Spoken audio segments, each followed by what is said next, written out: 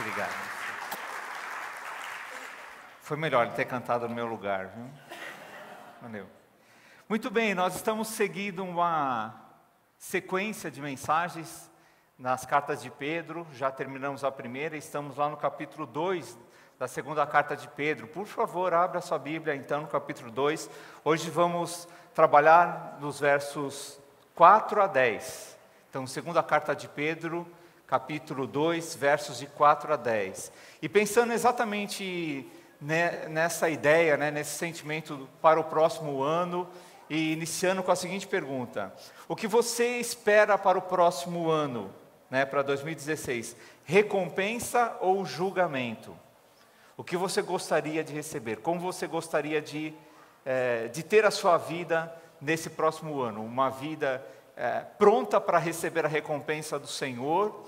Ou, se acontecer de Jesus voltar, ou então Deus te chamar, Deus te convocar, e falei, puxa, estou pensando no próximo ano, já pensando nessas coisas. No começo do ano tem umas movimentações assim.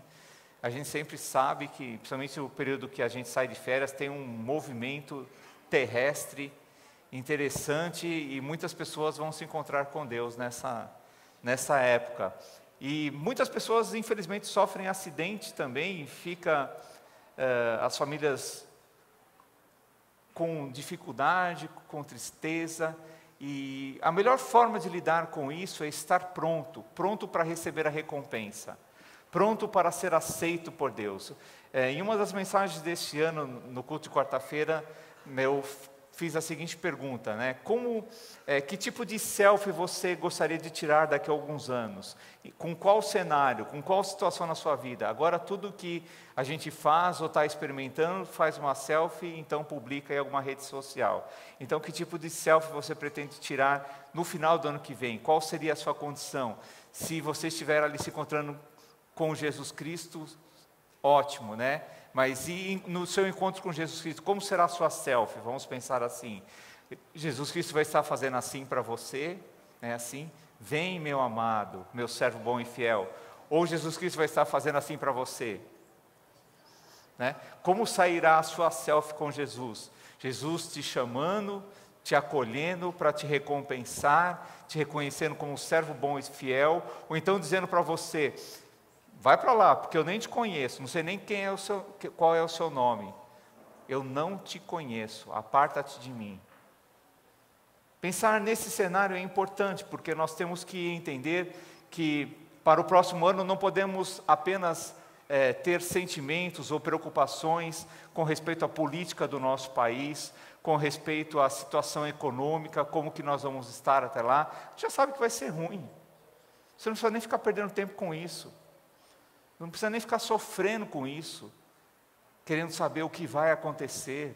Tem aquelas previsões todas nos programas de televisão, a tia não sei o quê, a mãe não sei o que lá, o pai não sei quem, que então vem falar sobre eles vêm com aquelas conversas, Vai morrer alguém famoso no próximo ano.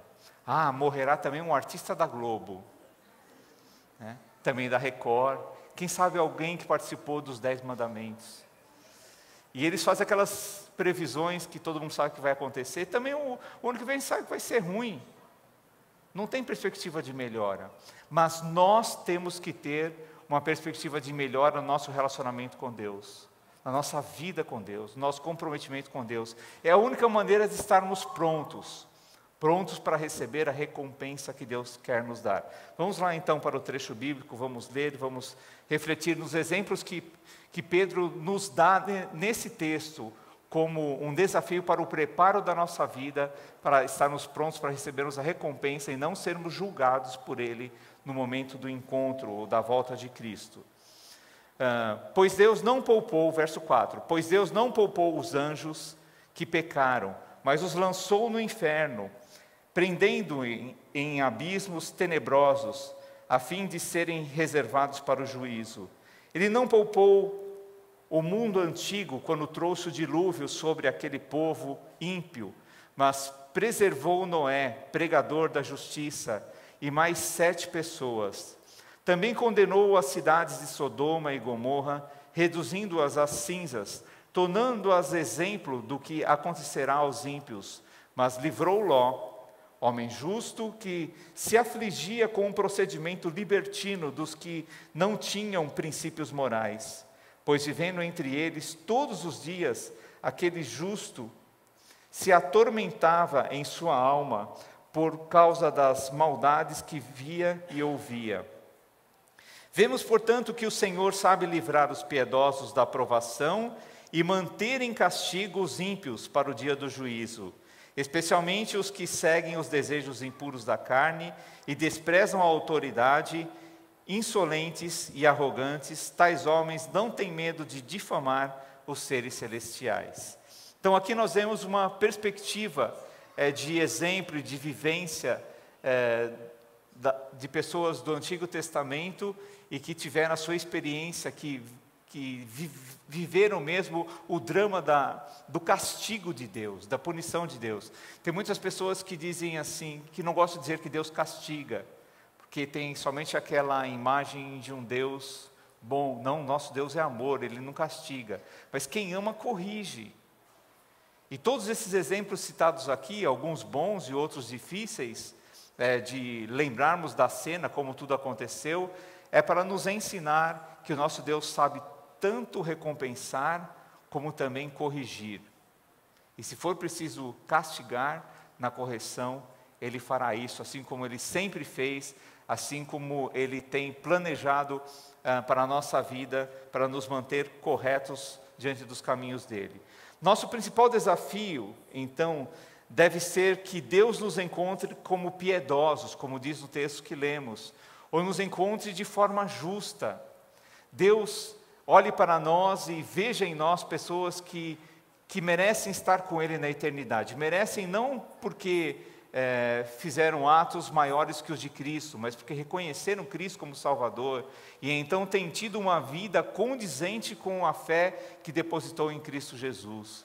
E por isso então serão considerados como o povo de Deus, assim como aprendemos lá em João, que Jesus veio para os que eram seus, mas alguns não receberam, mas todos que receberam, então receberam também o direito de se tornarem filhos de Deus. É assim que Deus aguarda nos encontrar. É assim que nós devemos planejar a nossa vida, não só para o próximo ano, mas também para todos os dias que Deus permitir que vamos aqui.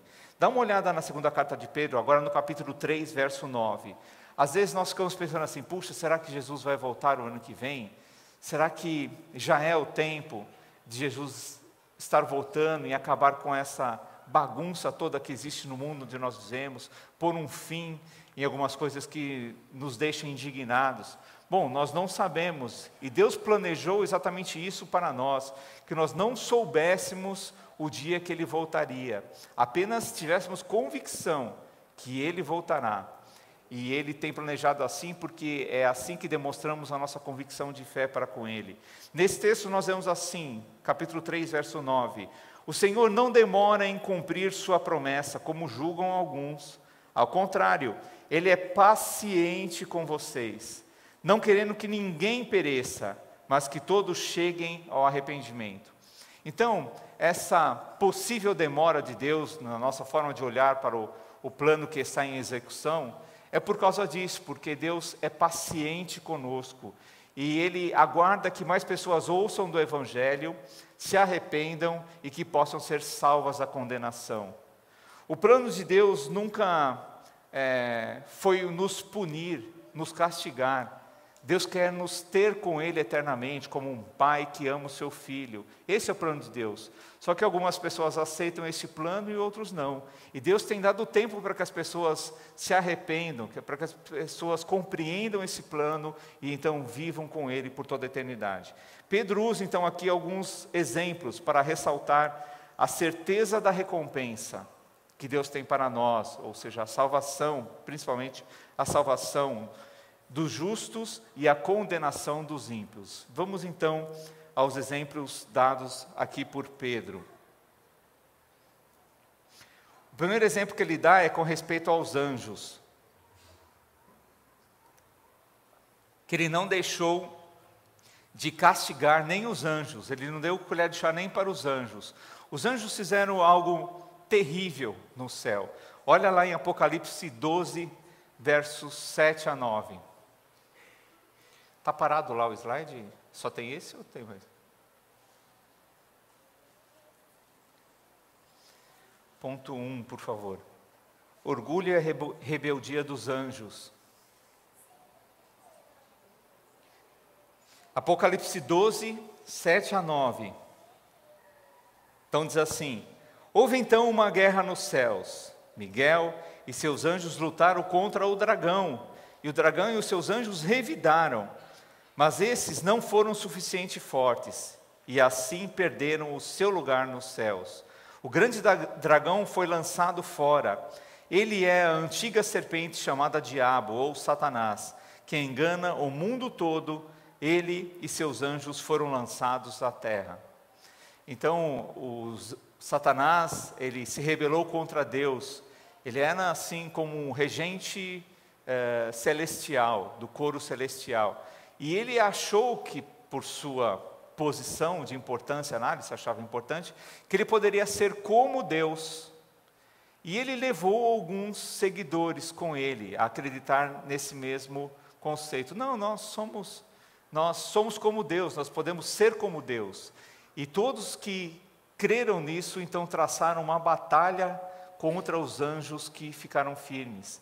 Os rebelados perderam e foram lançados à terra, que nós chamamos então de anjos caídos, demônios, que estão ainda nesse mundo, mas já estão com a condenação decretada por Deus, estão presos praticamente, apesar de às vezes nós acharmos que eles têm liberdade demais, concedida por Deus, mas eles já estão condenados, já há um decreto que não pode ser mudado.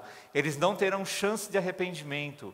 Ninguém pode pregar para um anjo e de nada adiantaria isso, porque Deus não permite que haja essa condição de arrependimento para os anjos. Ele só permite que haja a condição de arrependimento a nós. Então os anjos não podem se arrepender. Não adianta pregar para um anjo que você vai perder tempo. Se encontrar um anjo e falar, você é caído ou está de pé? Então, eu vou pregar para você se você é um anjo caído. Não adianta querer evangelizar demônio, isso é tempo perdido. Eles já estão condenados, e eles estão como se estivessem esperneando por estarem presos, e é nesse ato que eles aprontam situações que às vezes assustam as pessoas, às vezes escravizam as pessoas, e deixam essas pessoas em condições muito tristes. Bom, nessa questão, então, nós vemos o que Deus decidiu fazer com respeito aos anjos. O juízo divino, como aplicação também para a nossa vida, é um alerta. Esse exemplo serve para nos alertar de que o juízo divino futuro é a finalização das escolhas que nós fazemos enquanto estamos vivendo aqui nesse mundo. Então, assim como Ele não perdoou nem os anjos que se rebelaram nos céus, nós também não seremos perdoados se não nos arrependermos. Para sermos perdoados por Deus, é preciso que cada um de nós tenhamos arrependimento no coração, reconhecendo que só Jesus pode restaurar a nossa relação com Deus. Então, aqui fica muito claro essa questão com o exemplo dos anjos. E cada escolha que fazemos nesse mundo indica para Deus se nós somos pessoas arrependidas, convertidas ou não. Quem morre sem tomar a decisão de aceitar a Cristo como Senhor e Salvador, aguarda no lugar de tormento também o juízo final. Os anjos estão como se encarcerados em um lugar aguardando o juízo final. E quem morre sem Cristo, até que Jesus volte para o juízo final, então também aguarda esse momento do julgamento final. Eu vejo essa cena como mais ou menos uma passagem de alfândega no aeroporto. Então, aqueles que estão salvos por Cristo já estão justificados pela fé que depositaram em Cristo Jesus. Não precisará passar aquele filminho, para ver como que nós somos bonzinhos, fizeram lição de casa, se obedeceram papai e mamãe e tal. Não vai precisar passar como se fosse um filminho. A alfândega será liberada, nós não vamos precisar abrir a nossa mala para mostrar para Deus as nossas obras, reconhecendo que somos salvos. passaremos direto, mas aqueles que não aceitaram a Cristo antes da sua morte, então passarão pelo juízo, serão julgados conforme as suas obras. E ninguém consegue se justificar ou se auto-justificar pelo que faz. Mas quem é salvo busca viver uma vida justa, não para ter a salvação, mas para demonstrar que é salvo. Como uma prova de que é salvo, busca viver uma vida justa, a exemplo dos passos de Cristo Jesus. Vamos olhar também lá em Apocalipse capítulo 20, versos 12 a 15. Apocalipse 20, 12 a 15.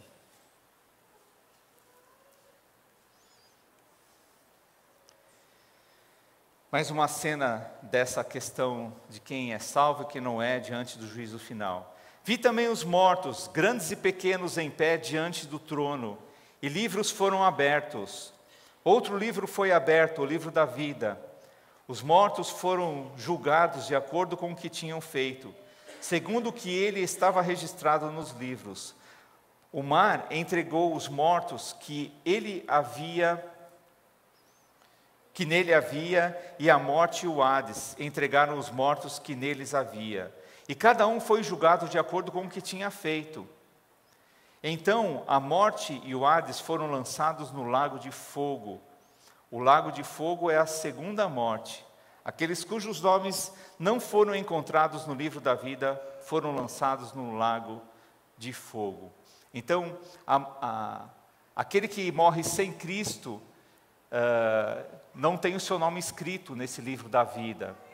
Então, o seu nome não vai estar lá na planilha de Excel de Deus, né? Não está ali catalogado. Não adianta você ser até membro de uma igreja se você de fato não se arrependeu no coração e aceitou Jesus como seu Senhor. Isso acontece muitas vezes, infelizmente. As pessoas estão ali passeando pela igreja, convivendo de uma forma descomprometida com Deus, e de repente não tem o seu nome escrito no livro da vida. Quem que escreve o nome no livro da vida? É o próprio Deus, mediante a comprovação pelo Espírito Santo, o selo do Espírito Santo no nosso coração, quando nós tomamos a decisão de recebê-lo como nosso Senhor e Salvador. É assim que acontece. Os anjos já têm a sua sentença decretada. Aqueles que morrem sem Cristo também já têm a sua sentença decretada, aqueles que já morreram. Mas aqueles que ainda não morreram, ainda podem mudar isso, tomando uma decisão ao lado de Jesus, comprometendo-se com Jesus como seu Senhor e Salvador, e tendo experiências diárias com Ele, que mostram que isso é verídico na sua vida. Nós, como denominação batista, temos uma premissa, né, uma regra de fé, que diz que quem é salvo, então é salvo para sempre. Então nada tira a salvação dessa pessoa. Quem é autenticamente salvo não perde a salvação. Porque nós cremos que o selo do Espírito Santo que é colocado no nosso coração no momento de uma conversão autêntica, então não pode ser retirado. Nós não temos o poder de retirar algo que Deus nos concedeu como um selo, como uma marca. Nós somos marcados para sempre. Mas quem de fato tem essa experiência, não tem vontade de se desviar. Quando essa experiência é autêntica, essa pessoa busca andar cada vez mais próximo de Deus, cada vez mais experimentar Deus na sua vida como um Deus vivo e real, e se submete a esse Deus, e vive de acordo com essa experiência. Então, fazer uma avaliação deste ano, como tem sido a sua vida. Eu gostaria que você pensasse exatamente nesse desafio para o ano que vem. Então, avalie o ano que você tem vivido, os seus dias, como tem sido, e como precisa ser o ano que vem. Então, para o próximo ano, você tem que tomar a decisão, ter como objetivo principal da sua vida, não querer tomar o lugar de Deus. Então, não queira tomar o lugar de Deus. Os anjos fizeram isso e foram expulsos dos céus. Qualquer pessoa que vive dessa forma nesse mundo também não terá lugar na eternidade.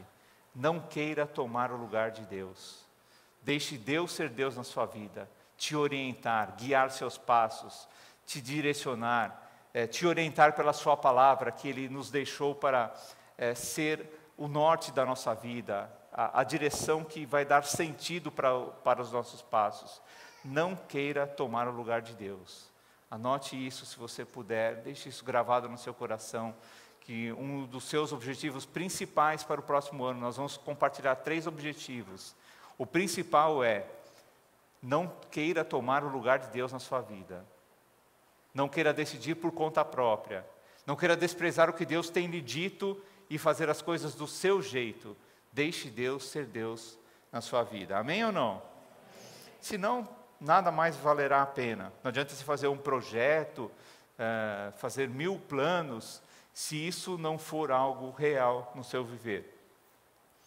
Segundo exemplo de Pedro, com respeito à desobediência dos homens nos dias de Noé. Então, nos dias de Noé, houve uma crise muito maior do que a crise que temos vivido agora. E não foi por causa de um presidente, não foi por causa de um governo com problemas, não foi por causa de políticos, mas foi por causa do desejo do coração do homem. Então, o desejo do coração dos homens, das pessoas daquela época, foi se distanciar de Deus, foi viver a vida conforme a sua própria ideia, andar nos seus próprios caminhos e não nos caminhos de Deus. E aqui, então, nós podemos perceber que a palavra ímpios, nesse trecho da segunda carta de Pedro, revela que as pessoas viviam sem dedicar tempo algum para Deus. Tinham tempo para tudo, menos tempo para Deus. Será que nós estamos muito longe disso? Olhando para a nossa vida, não vamos ficar olhando para a vida dos outros e querendo saber como que é a vida dos outros, mas olhe para a sua vida. Em que você investe mais tempo no seu dia a dia? A que você mais se dedica? Tenta fazer uma conta, né? Quanto tempo você se dedica lendo algumas coisas, algum tipo de literatura que você gosta, se preparando profissionalmente. Não é errado isso. Tem que se preparar, principalmente com o mercado ficando cada vez mais complicado, ou se dedicando no seu trabalho, ou se dedicando a um esporte que você gosta. Como que é a sua rotina? Procura colocar numa agenda, né? Pega lá e coloca a cada hora o que você faz e quanto tempo dura aquela atividade. E avalie quanto tempo você tem dedicado a Deus em cada um dos seus dias. Quanto tempo você investe no convívio com o seu smartphone. E quanto tempo você investe no seu convívio com Deus. Nós não estamos tão diferentes assim do que havia naquela época. Eu creio que até nós estamos, em algumas formas, pior do que o povo daquela época. Então Deus decidiu corrigir a humanidade. No Antigo Testamento, apresenta Noé como um homem justo e íntegro, um homem que andava com Deus. Você pode ver isso lá em Gênesis capítulo 6, verso 9. Um homem que andava com Deus. Será que, olhando Deus para a vida de cada um de nós, para a vida da nossa igreja, Ele pode nos encontrar como pessoas que andam com Ele? Mas Deus não se manifesta mais como naquela época. Eu posso dizer que Deus se manifesta mais do que naquela época. Nós podemos ouvir Deus falando conosco a qualquer momento. Nós temos livre acesso a Deus em qualquer momento. Naquela época não era assim, não. Deus escolhia as pessoas com quem Ele queria falar, e essas pessoas falavam com o seu povo. Não tinha internet, não tinha satélite, não tinha TV a cabo, não tinha nada do que temos como recurso hoje. E as pessoas ficavam ali querendo saber alguma coisa de Deus, alguns ficavam pelo menos, e muitos deles não tinham acesso. E durante muito tempo eles não tiveram acesso, nenhum profeta se levantou em um período entre o Antigo Testamento e o Novo Testamento. Nenhum profeta, Deus não levantou nenhum profeta para falar nada com o seu povo. Hoje nós temos livre acesso, e o que nós temos feito com isso? Hoje nós temos contato direto, permissão total de acessar o nosso Deus. E o que temos planejado para o próximo ano em relação a isso? Noé era um homem que andava com Deus. Você já pensou em planejar para o próximo ano ser uma pessoa que anda com Deus? Uma pessoa que possa ser encontrada com Deus como alguém justo e íntegro. nas relações da sua vida, nos negócios que você faz, na sua palavra que você compromete com as pessoas, na sua palavra que você compromete com Deus. Você gostaria de ser encontrado por Deus como alguém íntegro no próximo ano? Dificilmente nós vemos pessoas fazer planos assim. Mas eu penso que esses planos é que vão mudar na nossa vida. Esses planos que vão nos dar um ano de fato, não tranquilo, mas em paz, mediante aos desafios que teremos que enfrentar. Que não serão poucos, nem pequenos. Mas nós temos que estar prontos. E para estarmos prontos, nós temos que deixar Deus ser Deus na nossa vida. E temos que também buscar andar com Deus diariamente. Deixando que Ele transforme a nossa vida cada vez mais em uma vida íntegra diante das pessoas com quem nos relacionamos. Também temos um desafio de Deus para a nossa vida, que está ligado com a vida de Noé. Noé é reconhecido nesse texto de Gênesis capítulo 6 como um pregador. Nós não vemos nenhuma pregação exatamente de Noé, o sermão de Noé, como vemos o sermão da montanha de Jesus, tão conhecido. Mas Noé era um grande pregador pelo seu estilo de vida. Então, nós podemos ver claramente Noé, na descrição bíblica, construindo a arca. E ele não fez a arca com as suas próprias ideias. Ele nem sabia o que era uma arca. Mas ele recebeu de Deus os detalhes desse plano e seguiu à risca cada um desses detalhes. E como que ele se tornou um pregador? Pelo seu estilo de vida, em obediência a Deus. Quando as pessoas chegavam lá, ei Noé, o que é isso aí que você está fazendo? Ah, é uma arca. A arca, que negócio é esse de arca? Bom, ele podia contar para as pessoas por que ele estava fazendo aquilo. Quem tinha dado o plano para ele, quem tinha dado o projeto, quais eram as instruções de Deus, e como ele estava se empenhando com a sua família em fazer exatamente o que Deus havia lhe dito que ele deveria fazer. Nem sempre fazemos assim. Às vezes nós temos o interesse de seguir algumas coisas que Deus diz para nós fazermos, aquilo que achamos mais fácil, talvez, ou mais conveniente. Às vezes o que é mais fácil para mim não é mais fácil para você, mas nós nos dedicamos a fazer aquilo que achamos normalmente mais conveniente para a nossa vida. Mas Noé não fez o que era conveniente para ele. Ele fez o que Deus disse que ele deveria fazer. E era assim que ele andava com Deus. Foi assim que ele se tornou um pregador. Foi assim que a vida dele falou às pessoas que estavam perdidas e que precisavam conhecer o porquê Deus estava executando o juízo entre todos os povos da época, naquela situação. Um terceiro exemplo citado na Bíblia é o da destruição de Sodoma. E você pode encontrar essa história lá em Gênesis capítulo 19, verso 29. A conclusão da história. Gênesis 19, 29.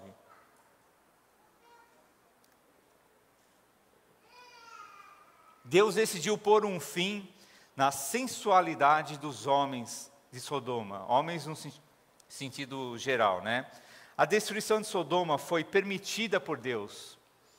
Foi um plano e foi uma permissão, então, que tudo aquilo fosse destruído.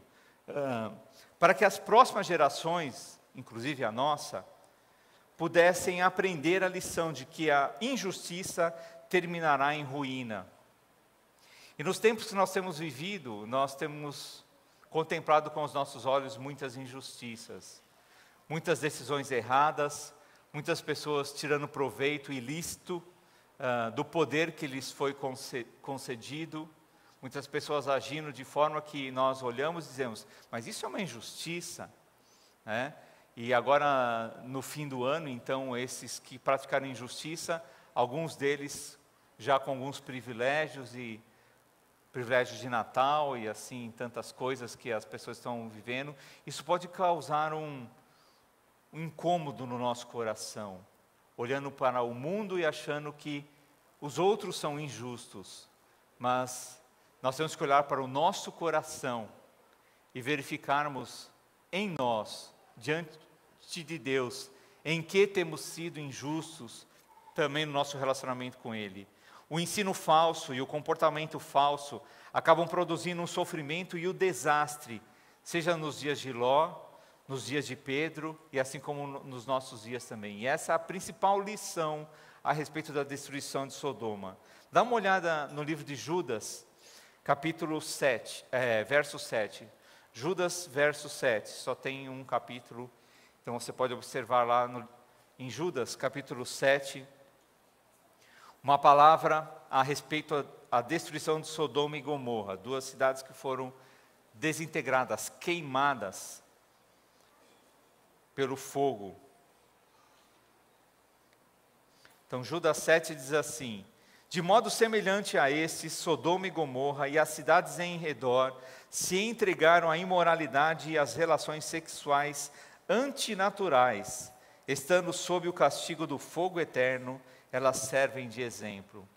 Infelizmente, no nosso país, esse ano, acho que para mim, uma das piores coisas que aconteceu foi essa questão da liberação do casamento gay. E o crescimento, o avanço, né, dessa questão da ênfase ao homossexualismo. E não só no nosso país aconteceu isso, inclusive nos Estados Unidos e outros lugares. Então isso tem crescido de uma forma intensa. Cada vez mais as pessoas estão olhando para isso e achando que é normal. E leis ainda sendo elaboradas, algumas delas já em vigor, por exemplo, de não ter na certidão de nascimento pai e mãe, por questões de que não haja constrangimento no futuro da escola. E se o pai e mãe forem dois homens, ou duas mulheres, então isso é possível. Então, umas loucuras, eles estão elaborando leis o mais absurdo possíveis, já falamos a respeito disso aqui, nos banheiros da escola, então a pessoa poder ter o direito de escolher, não só a escola, mas shopping, escolher o banheiro que vai utilizar. Eu vou no do homem ou da mulher hoje? Não sei, estou em dúvida. Vou nesse. Hoje eu estou mais com tendência para ir nesse banheiro. E assim vão escolhendo. Cada um tem o direito de escolher. Passou uma reportagem esses dias também de filhos que decidem se vestir por um menino, decide se vestir como menina, e os pais acham que eles têm a liberdade. Se ele quer ser menina, o que tem? Então, que seja menina. Mas ele é menino. Então, tudo isso tem sido visto com cada vez mais naturalidade. E era assim que caminhava Sodoma e Gomorra. E lá tinha um homem, que não era perfeito, e o nome dele era Ló. Ele não era perfeito, ele tinha lá seus problemas, ele tinha decidido ir viver naquela região. Ele tomou essa decisão de ir morar lá. E ele vivia, depois de ter ido para decidir ir morar lá, ele vivia com seu coração constrangido com o que ele observava, mas também não saía de lá. E essa é uma questão, um detalhe muito importante. Às vezes, inicialmente, a gente se sente constrangido com algumas coisas que passam na televisão, por exemplo. De repente, você está lá com a sua família, assistindo um filme tranquilo, sossegado. De repente, aparece lá uma cena, o que é isso, né? Ou então você está seguindo uma novela, assistindo aquilo todo dia, e de repente começa, então, uma indução, e sempre, parece que todas as novelas, principalmente da Globo, agora tem essa ênfase, né? Então aparece lá um casal de homens, um casal de mulheres, duas pessoas já idosas, tendo essa postura e criando os filhos, e todo aquele emaranhado de confusão, né, de coisa nojenta mesmo, sexualmente falando, e diante da postura de convívio de humanidade. E a gente vai olhando para tudo aquilo e achando natural. Quando foi anunciado o primeiro beijo gay na televisão, até suspenderam o capítulo que faria isso, fizeram uma modificação, tamanha o burburinho que isso causou, né? Não foi bem uma revolta, mas foi assim, uma série de comentários a respeito disso. E até mesmo a emissora, achando que poderia perder pessoas que estavam assistindo, perder ali seus, como é que chama? Telespectadores, né? Então mudou. E hoje, então, cada vez mais isso acontece com naturalidade. As coisas vão acontecendo cada vez mais intensidade. Então, uma cantora assume a sua postura homossexual e aquilo acaba sendo um exemplo, acaba sendo bonito, uma coisa para ser copiada. Era assim que vivia Sodoma e Gomorra. Para mim, o pior do que tem acontecido no nosso país é exatamente esse culto à vida liberal com respeito ao sexo. Pessoas não têm mais compromisso com um casamento, simplesmente vão morar juntas, no próprio namoro não respeitam essa vivência, essa pureza sexual também, e vão cedendo a todo tipo de tentação, a todo tipo de desejo, e as coisas vão se deturpando cada vez mais, cada vez ficando mais entregues a uma vida que é desaprovada pelo nosso Deus. Quantos casais, hoje, até mesmo na casa de pessoas que são crentes, os pais permitem que convivam sexualmente dentro da sua própria casa. E acho que é normal. Apenas diz para eles assim, se cuida, hein? E vivem com toda a liberdade, porque também eles já vivem numa situação irregular. Como que eles vão cobrar alguma coisa dos filhos se nem eles mesmos têm uma conduta adequada diante dos seus filhos? E assim vai viver no mundo, e assim foi vivendo também as pessoas naquela época, até que Deus decidiu dar um basta. Quando a consciência do homem não expressa mais nenhuma reação diante do pecado e torna-se apático diante de tudo que observa, não só na área sexual, mas nos padrões morais dos mais variados, então essa pessoa já deixa de ficar disposta a procurar o livramento da parte do Senhor de tudo isso. O que aconteceu com Ló foi uma coisa muito séria, porque Deus teve que arrancá-lo de Sodoma. Ele não saiu de forma espontânea. Leia lá a história de Gênesis, para você conhecer e saber um pouco mais dos detalhes. Preste atenção nos detalhes. Ele foi arrancado de lá. E a esposa dele, inclusive no trajeto da saída da cidade, ainda olhou para trás, desejando voltar para lá. E foi transformada em uma estátua de sal. Pastor, esse negócio de estátua de sal é conversa. Bom, eu acredito, porque a Bíblia diz que foi assim que aconteceu. Em que você será transformado no próximo ano? No próximo ano você vai olhar para trás e ter saudade dos desejos e das coisas inadequadas que você se envolveu? Ou você vai olhar para frente desejando se envolver com coisas que agradam a Deus, que honram a Deus, que levam a sua vida para uma vida de santidade, uma vida de pessoas que seja cada vez mais identificada como alguém que ama a Deus e quer servi-lo e adorá-lo. Bem, concluindo, quero dizer que os fiéis serão livrados na hora do juízo e na hora da provação que virá sobre toda a terra. Os fiéis serão livrados.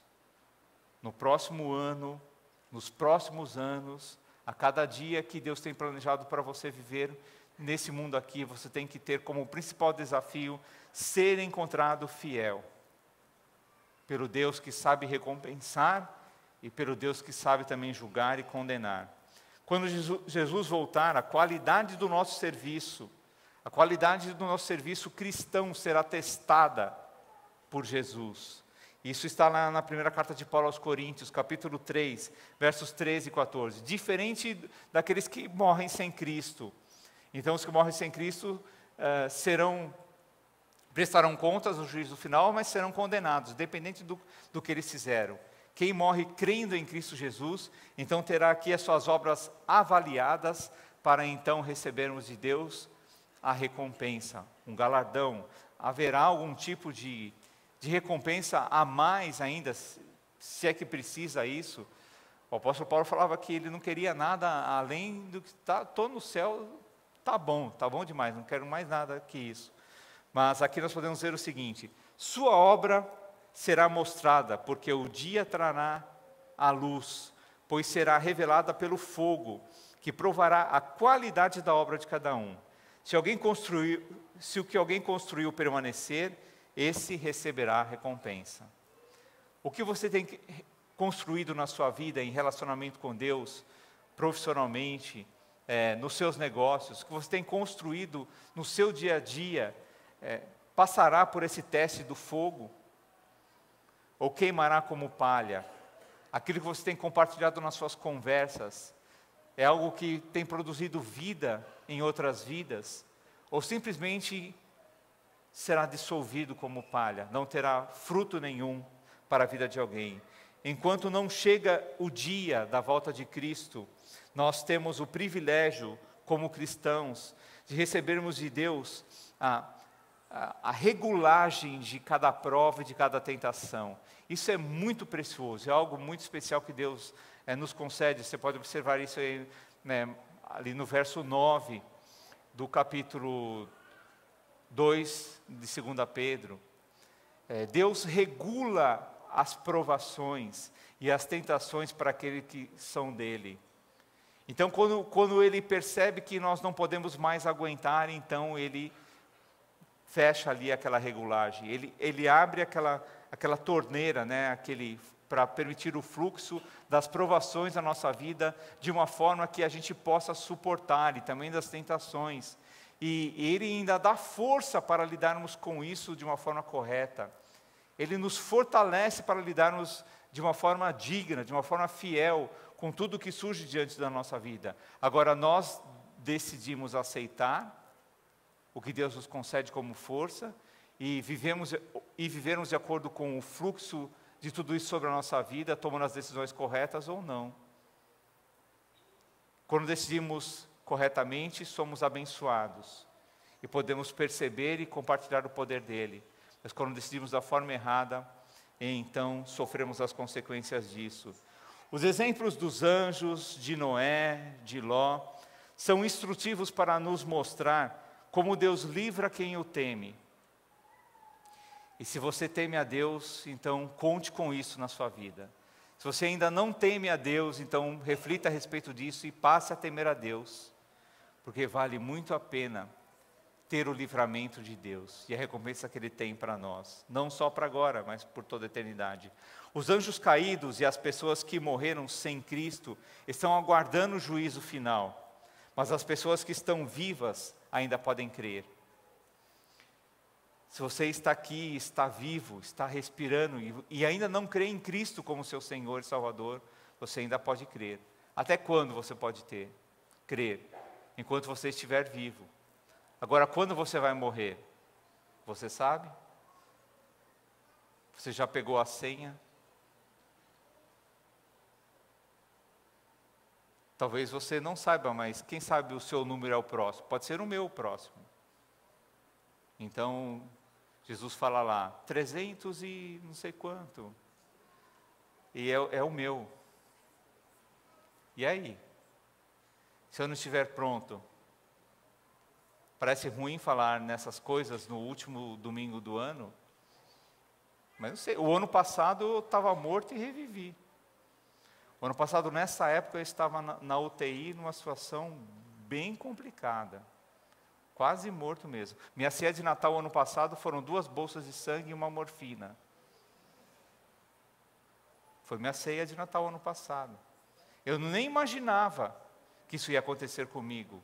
Foi uma pedra nos rins, menor que um grão de arroz, que fez esse estrago. Uma complicação na cirurgia e tudo isso. Talvez alguns de vocês não sabiam disso. Mas a gente não sabe o que vai acontecer. Pode ser de uma hora para outra. Então tudo fica diferente. E chega um momento que você não pode decidir mais nada.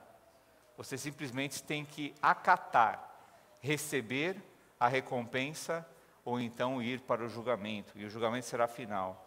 Noé teve que construir uma arca, obedecendo as instruções de Deus em cada detalhe, e não deixando se influenciar pelos comentários dos seus vizinhos. das pessoas que iam questioná-lo. Mas por que você está fazendo isso, Noé? Deixa isso para lá, vai viver a vida. Como você tem reagido aos comentários das pessoas com quem você conversa?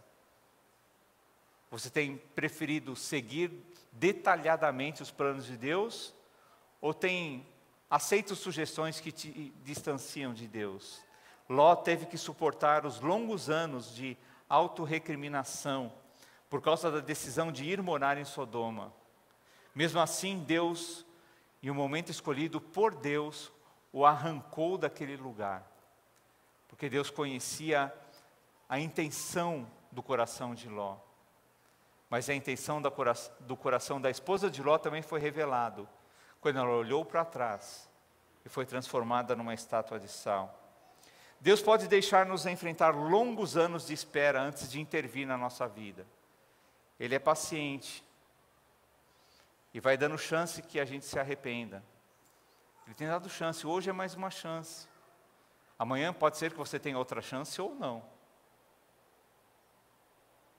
E como vai ficar seu próximo ano, e o outro, e o outro.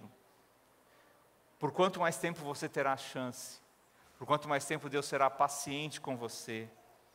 O Deus que sabe livrar também sabe condenar. Siga detalhadamente os planos dele. Não aceite o comportamento degenerado desse mundo onde nós vivemos. Permissivo sexualmente, e desobediente, nojento, e que é completamente contrário àquilo que Deus tem colocado como verdade para cada um de nós. Não aceite isso. Não se cale diante disso. Não se misture com isso, achando que isso é normal. Assuma uma postura correta, porque Deus quer te encontrar fiel. Feche os seus olhos. Vamos orar ao nosso Deus. E entre tudo que temos vivido, entre tudo que temos enfrentado, tudo que temos pela frente, eu quero te convidar a uma oração nesse momento. Uma oração de comprometimento com Deus. Uma oração que pode mudar a sua perspectiva de vivência para o próximo ano. Oração que pode firmar os seus dias de uma maneira completamente diferente do que você já tem experimentado. Com um compromisso de andar com Deus, seguir os planos dele, obedecê-lo de forma completa e ser alguém que não se mistura com as coisas desse mundo achando que é tudo normal. Eu já disse isso muitas vezes nessa igreja, que quando você está diante de uma situação e a sua expressão diante daquilo é: mas o que tem fazer isso? Pode ter certeza que tem algum problema. Porque se passou esse sentimento pelo seu coração, é algo que você não deve se mover com aquilo. Então, cuide dessa pergunta. Mas o que tem assistir esse filme? O que tem é me envolver dessa forma com essa situação, com essa pessoa? O que tem as pessoas viverem dessa maneira ao meu redor e eu achar que é normal? O que tem viver nesse tipo de conduta diferente da de Deus? Tem muita coisa, porque isso irá diferenciar se você será encontrado por Deus como ímpio ou como fiel. Vamos então clamar juntos ao nosso Deus, como uma oração final como igreja deste ano, mas com muitas perspectivas de vitórias para o próximo ano. Ore comigo assim. Senhor Deus, nós entendemos que o Senhor planeja sempre o melhor para cada um de nós. O seu desejo nunca foi nos condenar. O seu desejo nunca foi nos ter distante de Ti, mas desde que o pecado chegou nesse mundo, o Senhor tem planejado que sejamos unidos novamente. Por isso que o Senhor enviou Jesus, para que sejamos perdoados dos pecados, para que a nossa vida seja purificada de toda injustiça, e que assim haja um lugar de habitação para o Teu Santo Espírito no nosso viver. Nós reconhecemos que às vezes nos misturamos com os pensamentos, com os costumes do mundo em que estamos vivendo. E sabemos que isso é pecado, isso não é simplesmente uma onda, não é uma moda, mas é uma postura que interfere no nosso relacionamento com o Senhor. E nós não queremos que isso aconteça, Pai. Nós queremos ser libertos de tudo o que o Senhor tem nos alertado nesse texto que compartilhamos hoje e em toda a sua palavra. Não queremos estar ligados a nada que nos afaste do teu plano para a nossa vida, porque sabemos que o teu plano é para a nossa vida e vida eterna, e não queremos estar fora disso de forma alguma. Que ao olhar para nós, o Senhor possa nos chamar de servos fiéis, que aceitaram a sua promessa e passaram a viver com esse desejo no coração de ter isso como principal objetivo de vida. Nós podemos ter outros objetivos, mas nenhum pode tomar o lugar desse, Pai. Todos os nossos objetivos, que talvez pareçam superficiais diante disso, precisam cooperar para isso, não podem nos afastar disso de forma alguma, e nós pedimos que o Senhor nos corrija. O Senhor, que é o nosso Pai de amor, possa nos redirecionar quando necessário. Que o Senhor chame a nossa atenção através de circunstâncias, através de provações, através da dor se for necessário, mas não nos deixa se afastar do teu amor, porque nós queremos te servir, te honrar em cada dia do nosso viver. Diante de tantas situações que enfrentaremos nesse próximo ano, Pai, nós queremos colocar a vida da nossa igreja como uma igreja que estará ao serviço do Senhor, como uma igreja que estará empenhada em alcançar novas vidas, como uma igreja que estará empenhada em proclamar o teu evangelho, não só esporadicamente, não só em situações específicas, mas na nossa vivência diária com as pessoas. Que nós não deixemos de falar quando percebermos que as pessoas estão caminhando para a ruína por causa das suas decisões. Nós não deixemos de levantar a tua bandeira do nome do Senhor Todo-Poderoso, quando nós virmos pessoas ao nosso lado se entregando a todo tipo de degeneração na sua perspectiva de relação sexual, de vivência de família. Não nos deixe nos calar quando vemos exploração sexual. Não nos deixe calar quando vemos as pessoas fazendo errado e dizendo que esse é o certo. Mas nos desafia, Pai, em todo o tempo, a sermos indivíduos e uma igreja que proclame com autenticidade a Tua palavra. Nunca nos deixe desviar daquilo que o Senhor tem nos mostrado que é a verdade, e que aqueles que decidirem estar conosco tenham o mesmo sentimento no coração, de anunciar somente a Tua verdade, e nunca distorcê-la por interesse pessoal. É o que nós te pedimos, Pai, não só para o próximo ano, mas para cada dia do nosso viver, até Jesus voltar. Em nome de Jesus, amém.